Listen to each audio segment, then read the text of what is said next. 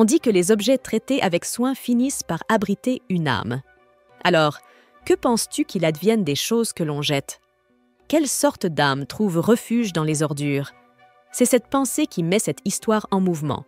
Tout commence par une enfant, attristée par la vue de sa peluche déchirée.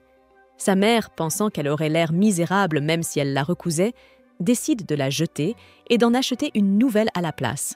Elle se rend au dépôt d'ordures près de chez elle, laisse tomber un sac de déchets dans les profondeurs souterraines, puis s'en va sans un mot. Pendant ce temps, une silhouette encapuchonnée observe la scène depuis l'ombre. Dans ce monde, tout comme dans le nôtre, les gens transforment vite les objets en déchets, les traitant comme des choses sans valeur, sales et jetables. Malheureusement, cette logique s'applique souvent aussi aux êtres humains. Après avoir assisté à la scène, la silhouette encapuchonnée descend dans les souterrains, là où tous les déchets de la ville sont traités. Un garde aperçoit l'intrus et pointe immédiatement son arme. Ici, l'étranger encapuchonné est connu sous le nom de voleur des décharges, ce criminel qui dérobe les ordures et ternit l'image immaculée de la cité. Le garde déclenche l'alarme et 2 soldats armés arrivent en renfort. Le voleur leur jette des sacs poubelles, gagnant juste assez de temps pour s'enfuir. Mais d'autres gardes le rattrapent et ouvrent le feu. Avec une agilité presque surhumaine, ce mystérieux jeune homme esquive chaque balle, slalomant, bondissant et roulant à travers le chaos pour échapper à ses poursuivants. Alors que d'autres gardes rejoignent la poursuite, il est frôlé par une balle, mais parvient tout de même à disparaître dans les égouts. De retour à la surface, le voleur grogne. On l'appelle toujours un voleur. Lui, il ne se voit pas du tout ainsi. Le lendemain, sur la place de la ville, 2 femmes bavardent à propos des rumeurs. Le voleur des décharges a encore frappé la nuit dernière. L'une insiste pour dire que ce criminel doit être un tribal, mais l'autre lui donne un coup de coude pour qu'elle se taise en voyant un homme tribal à proximité. Lorsqu'il s'éloigne, les 2 femmes laissent bien entendre qu'elles préféreraient que ce genre de personnes ne mettent jamais les pieds dans leur quartier. L'homme traverse le quartier chic de la ville jusqu'à atteindre les taudis, l'endroit qu'il appelle chez lui. La frontière entre ces 2 mondes est marquée par un immense mur, impossible à ignorer. Dans les taudis, les maisons sont laides et sales, et les pauvres errent dans les rues malodorantes. Même ici, les rumeurs à propos du voleur des décharges vont bon train. Beaucoup sont certains que ces frasques finiront par attirer les apôtres sur leur quartier, et ce, d'un jour à l'autre. Pendant ce temps, Rudo, occupé à réparer des objets qu'il a récupérés dans les ordures, se fait réprimander par son ami Chiwa. Encore une fois, il a mis son nez là où il ne fallait pas, et personne ne peut prédire ce que les autorités feraient s'il le surprenaient. Tout le monde ici sait à quel point la ville prend ses lois sur les déchets au sérieux. Chiwa aimerait comprendre pourquoi son ami continue de prendre autant de risques. Rudo explique que les riches jettent des choses encore parfaitement utilisables sans y réfléchir à 2 fois, et qu'il ne peut s'empêcher d'éprouver de la peine pour CSS objets abandonnés. Et puis, il a besoin d'argent pour survivre. Chiwa le taquine, disant qu'il doit vraiment aimer les ordures. Rudo s'apprête à protester, mais un groupe d'enfants au regard mauvais arrive avant qu'il ne puisse prononcer un mot. Leur chef se moque aussitôt de l'odeur de Rudo et de ses gants sales, avertissant Chiwa qu'elle finira par sentir mauvais si elle reste avec lui. Un autre garçon donne un coup de pied dans la lampe que Rudo était en train de réparer, en ricanant que personne n'achèterait un objet touché par un type aussi crasseux. Chiwa prend la défense de son ami, soulignant qu'aucun d'eux n'est si, mais les brutes ne veulent rien entendre, insistant sur le fait que Chiwa devrait rester loin d'un garçon comme Rudo, surtout parce qu'il est le fils d'un meurtrier dérangé. Selon eux, ce bidonville a été construit pour contenir les criminels, et tous les habitants ont fait des efforts pour se racheter et effacer cette étiquette. Mais tous ces efforts ont été réduits à néant lorsque le père de Rudo a tué plusieurs personnes. En entendant cela, Rudo fixe le meneur d'un regard furieux, débordant de haine pure. Terrifié, le garçon tente de prouver à tous que c'est exactement le regard d'un criminel, transpirant à grosses gouttes et marmonnant « tel père, tel fils ». Les brutes s'éloignent en rasant les murs, non sans avoir lancé un dernier avertissement. Rudo finira comme son père, un assassin. Une fois le trio parti, Chiwa essaie de réconforter son amie. Elle dit à Rudo qu'elle croit en lui, qu'il n'est pas une mauvaise personne et qu'il ne ferait jamais de mal à qui que ce soit. Puis elle aperçoit la peluche qu'il a récupérée dans les déchets et en tombe immédiatement amoureuse. Voyant à quel point elle l'aime, Rudo tente de lui dire que c'est un cadeau. Mais sa voix est trop faible, et avant qu'il ne parvienne à prononcer les mots, la mère de Chiwa l'appelle. Comme toujours, la femme ordonne à sa fille de rester loin de Rudo. Mais Chiwa prend sa défense, pendant que Rudo, de son côté, se désole de ne pas avoir eu le courage de s'exprimer. Le mal compris. Rudo rentre chez lui la tête basse. Là, il tombe sur Recto, l'homme tribal humilié par les femmes sur la place de la ville. Recto taquine Rudo sur le fait qu'il n'ait pas réussi à offrir la peluche à Chiwa, ce qui fait paniquer Rudo lorsqu'il réalise que Recto a tout vu. Celui-ci abandonne alors la plaisanterie. Recto encourage Rudo à être plus direct sur ce qu'il veut. Puis, changeant de ton, il lui demande de lui expliquer exactement ce qui s'est passé lors de la virée aux ordures la nuit dernière. Recto pense que Rudo prend trop de risques pour de l'argent. Il est encore trop jeune et pourrait finir par se mettre dans de graves ennuis.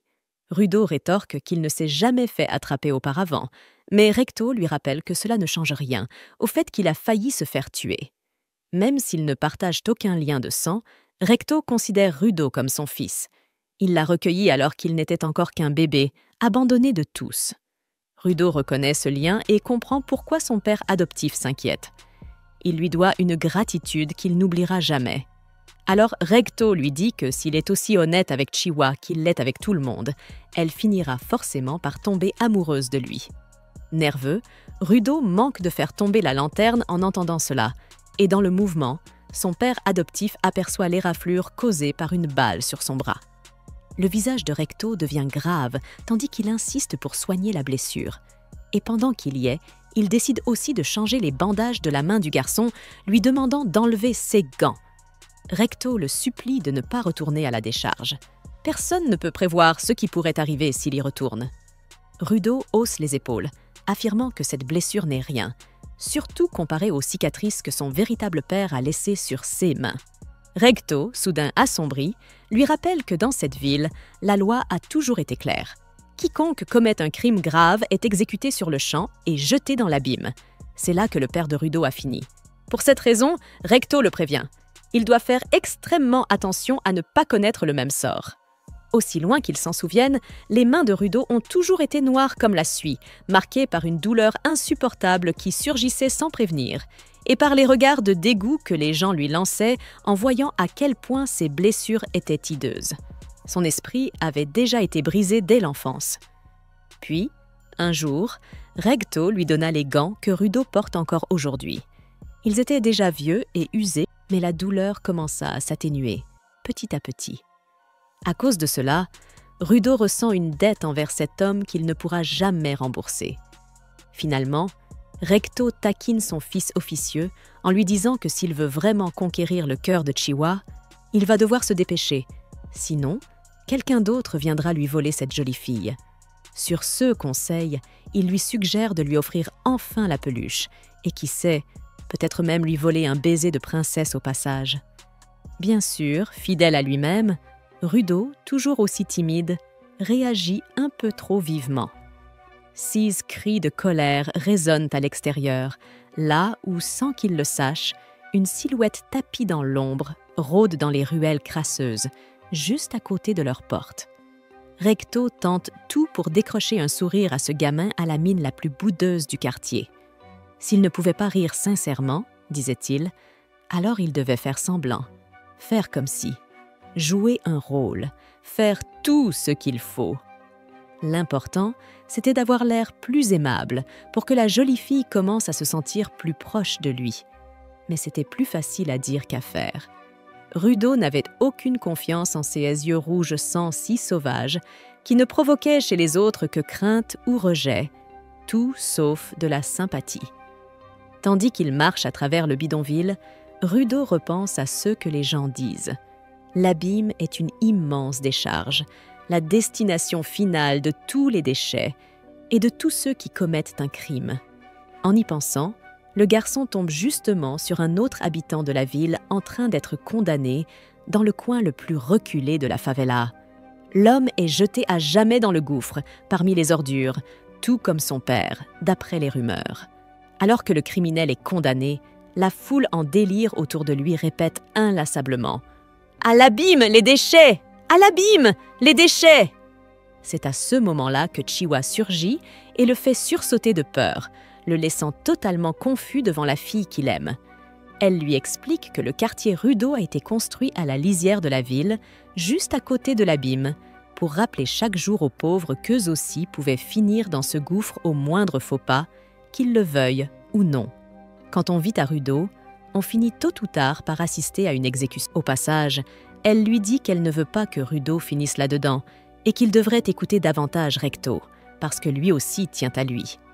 En entendant ce « aussi », Rudo se dit que Chiwa laisse entendre qu'elle l'aime bien, elle aussi.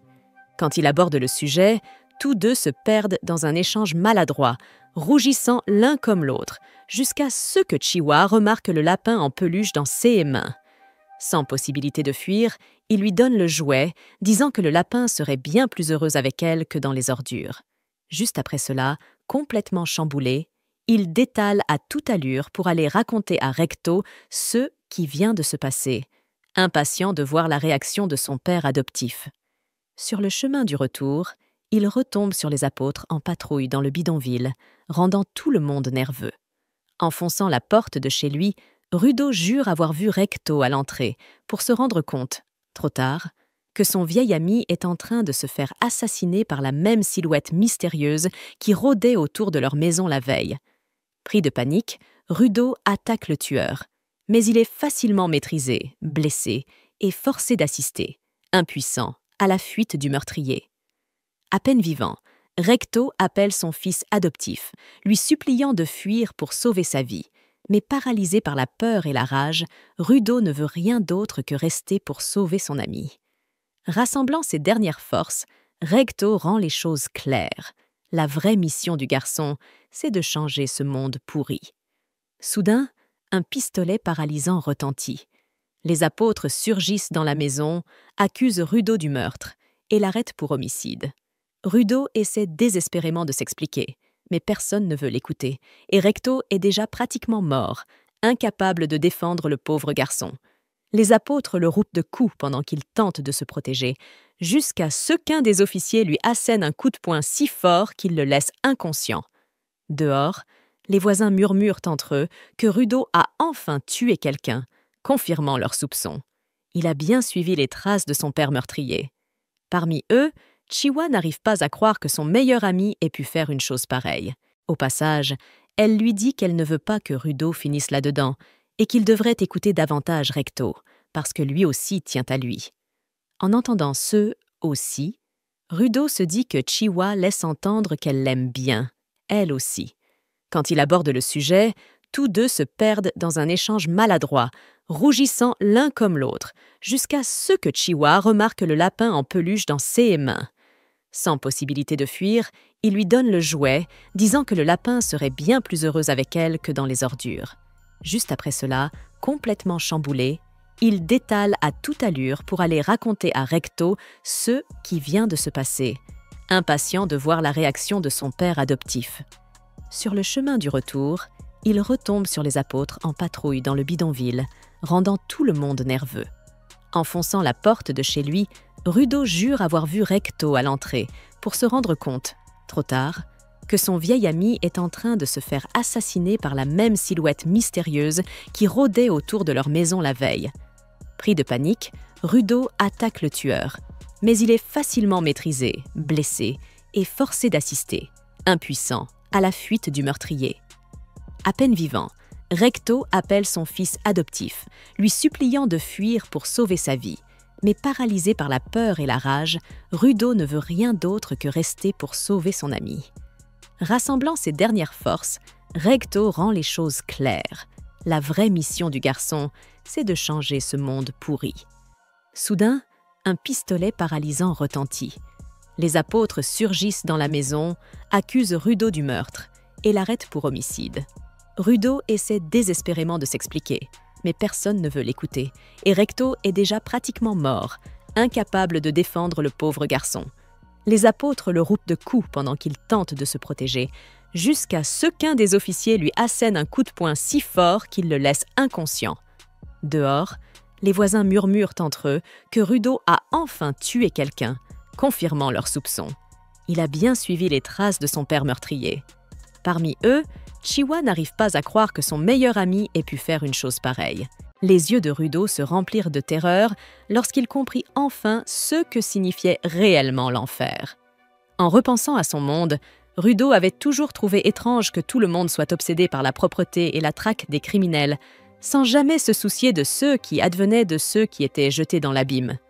Beaucoup se demandaient ce qui pouvait bien passer par la tête de quelqu'un pour commettre un crime, sachant qu'il finirait précipité dans cet endroit infernal. Et justement, à cet instant précis, Rudo courait pour sa vie, fuyant désespérément une créature monstrueuse et gigantesque, faite entièrement de déchets. Mais elle ne resta pas seule bien longtemps. D'un simple rugissement, la première bête appela d'autres créatures à se joindre à la chasse. Soudain, Rudo se retrouva encerclé, minuscule face au colosse qui se rapprochait de lui. L'une d'elles bondit, gueule grande ouverte, mais il esquiva de justesse. Ce qui suivit fut une série d'attaques acharnées, l'obligeant à puiser dans ses dernières forces pour rester en vie, tout en se demandant comment quelqu'un avait pu être jeté dans un endroit aussi cauchemardesque. Soudain, la pile de détritus sous ses pieds s'effondra, le faisant chuter violemment et le laissant encore plus vulnérable. Et pour empirer les choses, l'air était si toxique qu'il avait l'impression que ses poumons allaient se consumer s'il continuait à respirer.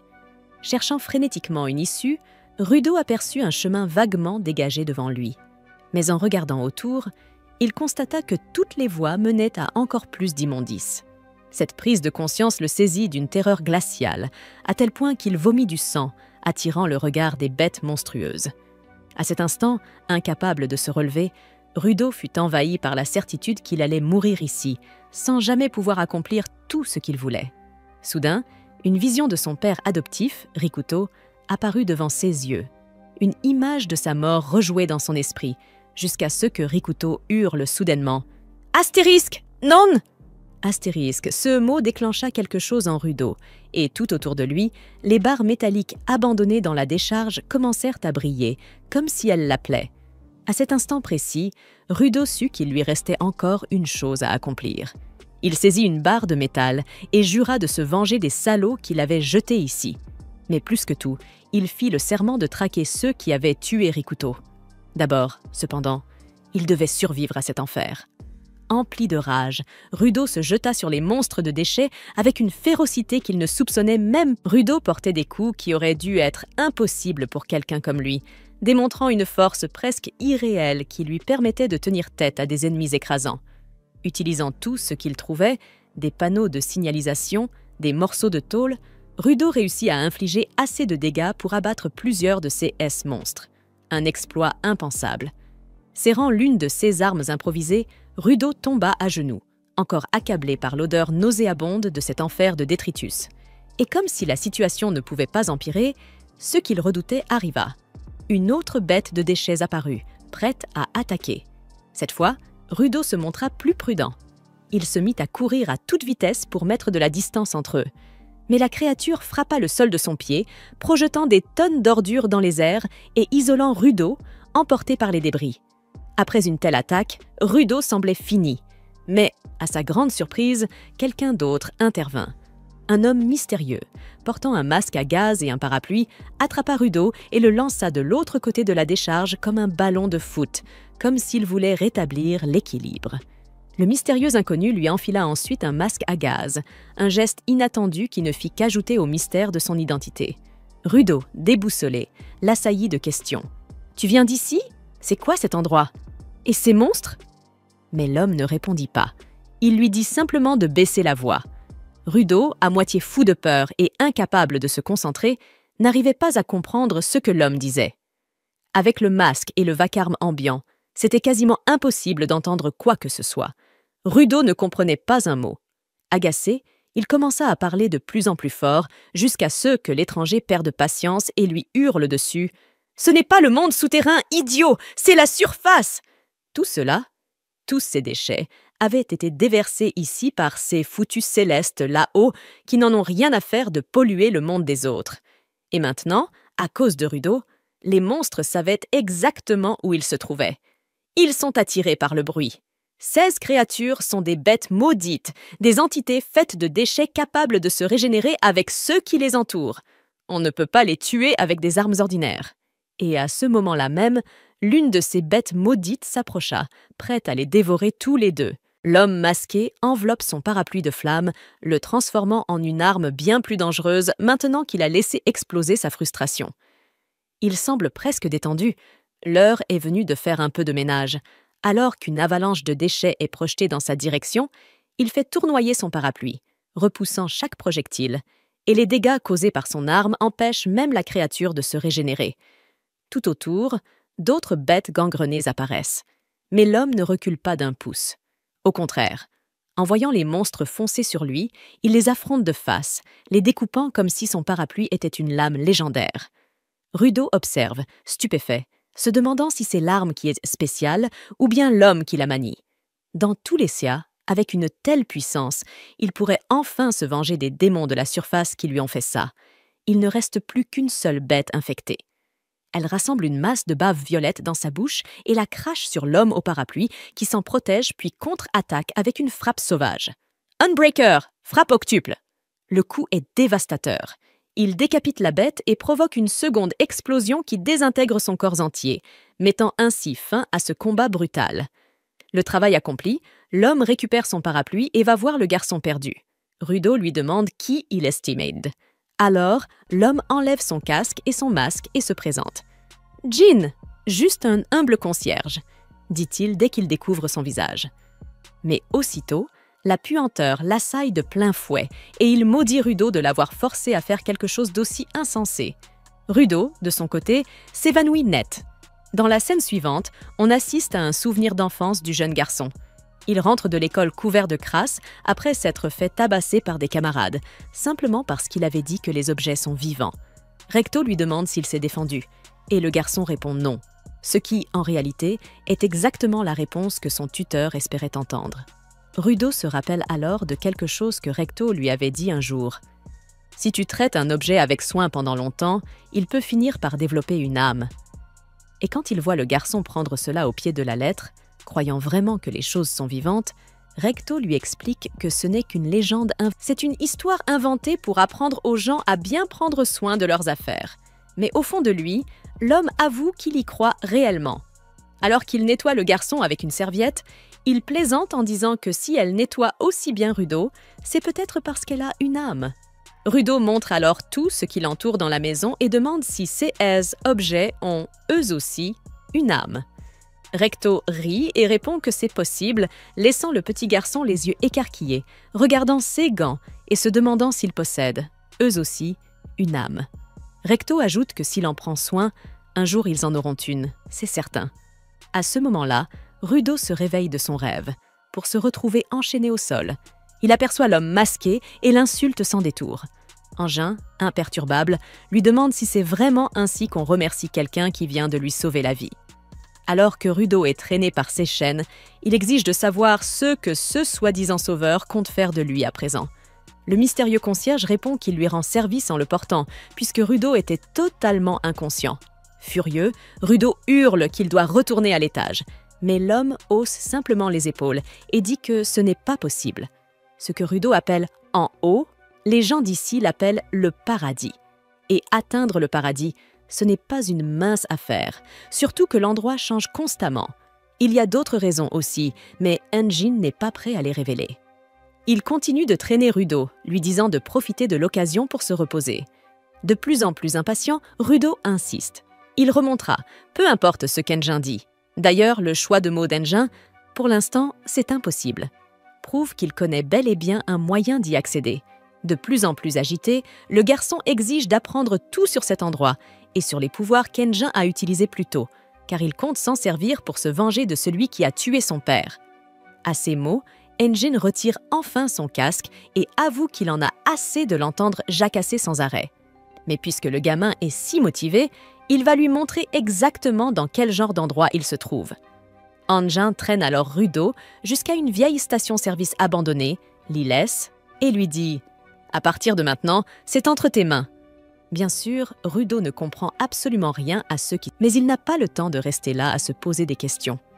Alors qu'il est désormais seul, il voit des hommes masqués descendre de camions garés près de la station. L'un d'eux, soupçonneux à l'idée que quelqu'un puisse accompagner le garçon, est stupéfait de voir un enfant dans un endroit pareil. En remarquant les vêtements de Rudo, il devine qu'il doit être un céleste et lui demande d'où il vient. Quand Rudo répond qu'il vient du paradis, tous les hommes retirent aussitôt leur masque et se mettent à agir comme s'ils venaient de découvrir un dieu. C'est comme un miracle pour eux. Trouver quelqu'un du paradis ici-bas, et en plus un enfant qui parle leur langue, semble totalement incroyable. Certains pensent qu'il essaie de les piéger, mais l'homme qui se tient devant insiste. Il dit la vérité. Ce même homme commence alors à détacher Rudo, ce qui pousse le garçon à croire que ces gens sont bien plus aimables qu'Anjin. Mais dans la scène suivante, la vérité éclate.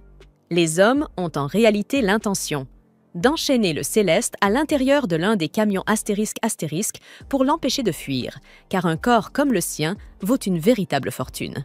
En fait, un céleste entier rapporte un prix exorbitant. Mais il existe aussi des acheteurs intéressés par les morceaux, les yeux, les bras, les jambes, même ses vêtements. Le chef du groupe explique que les gens achètent des célestes parce que tout le monde les déteste. Le paradis balance tous ses déchets ici, rendant la terre toxique, faisant naître des monstres et transformant la vie en surface en un enfer fait de violence, de chaos et de pollution. C'est pourquoi les bandits ont hâte de voir ce que leur acheteur fera une fois qu'il aura Rudo entre les mains. Pour éviter que le céleste ne meure de faim avant d'être vendu, le chef lui enfonce une poignée d'ordures pourries dans la bouche, se moquant de ce joli garçon du paradis qui n'est sûrement pas habitué à la nourriture de la décharge. Avec un sourire tordu, le bandit force les déchets dans la gorge de Rudo. Mais celui-ci mord violemment, plantant ses dents dans la main de l'homme et lui arrachant 2 doigts. Refusant de se laisser humilier, le céleste mâche la chair crue, peau comprise, puis prend une grande bouchée de la nourriture que les bandits lui avaient redonnée. Déclarant que c'est encore parfaitement comestible, la scène grotesque laisse les hommes figés de stupeur. Rudo déclare alors que tous les humains sont les mêmes, qu'ils viennent du paradis ou de la surface, chacun est capable des pires atrocités, et les gens trouveront toujours un moyen de se diviser en catégories qui les arrangent. Submergé par la rage, entouré d'une étrange énergie qui jaillit autour de lui, Rudo brise les chaînes qui retenaient ses mains, annonçant qu'il refuse de rester là à regarder les autres faire ce qu'ils veulent. Pendant ce temps, Anjin observe la scène avec un sourire, tandis que Rudo trace un X d'énergie magique sur le sol, une preuve que le gardien avait raison à propos de ce gamin. À cet instant précis, Rudo se rappelle encore une fois les paroles de Recto, qu'une chose peut acquérir une âme si elle est chérie pendant longtemps. Anjin, observant avec attention, note que quelqu'un capable de donner vie aux objets est appelé un donneur, et c'est exactement ce que Rudo estimate. Mais le chef des bandits n'a aucune intention de laisser filer un butin aussi précieux. Il ordonne donc à ses hommes de tuer le céleste, si nécessaire. Immédiatement, les hommes se ruent sur Rudo armés de couteaux, mais ce dernier riposte d'un coup de chaîne dévastateur, assez puissant pour écraser quiconque est pris au dépourvu. En voyant cela, l'un des ennemis crie aux autres de viser les chaînes du donneur, affirmant que les gens comme lui ne peuvent conférer des pouvoirs étranges qu'à leurs propres objets. Peu après, un bandit parvient à frapper le bracelet relié à la chaîne et désarme le garçon. Mais Rudo réagit rapidement. Il saisit un pneu et lui insuffle également la vie, au grand désespoir de ses ennemis et pour le plus grand plaisir d'Anjin, qui assiste au combat depuis la touche. Finalement, après avoir écrasé les sbires à l'aide du pneu désormais animé, le donneur s'approche du chef de la bande, qui hurle, exigeant de savoir qui est cet enfant. Le criminel le maudit de toutes les manières possibles. Mais alors que Rudo s'apprête à porter le coup final, Anjin intervient et lui dit de se calmer. À ces mots, les yeux rouges du donneur s'éteignent, et tous les objets flottants autour de lui tombent au sol. Une brique atterrit même en plein sur la tête du bandit, l'assommant net. Sous le choc, Rudo tente de comprendre ce qui vient de se passer. Ce n'est que lorsqu'il se remémore les paroles de Rikuto qu'un déclic semble se produire dans son esprit. Comme si, d'une certaine manière, c'était à travers les gants que tout cela avait pu se produire. En remarquant le sang couler du nez du garçon, Anjin commente que cela doit être difficile de contenir autant de puissance en soi. D'ailleurs, tout l'objectif du plan du gardien était de vérifier si le donneur possédait réellement ce pouvoir. Et maintenant que tout a été révélé, Engin est prêt à tout lui expliquer, sur le monde d'en bas et sur le pouvoir que Rudo vient de découvrir. En échange, Engin propose à Rudo de devenir un gardien. Mais en entendant cette offre, après quelques secondes de réflexion, le sang coulant encore de son nez, le garçon répond simplement « Non, j'en ai vraiment pas envie ».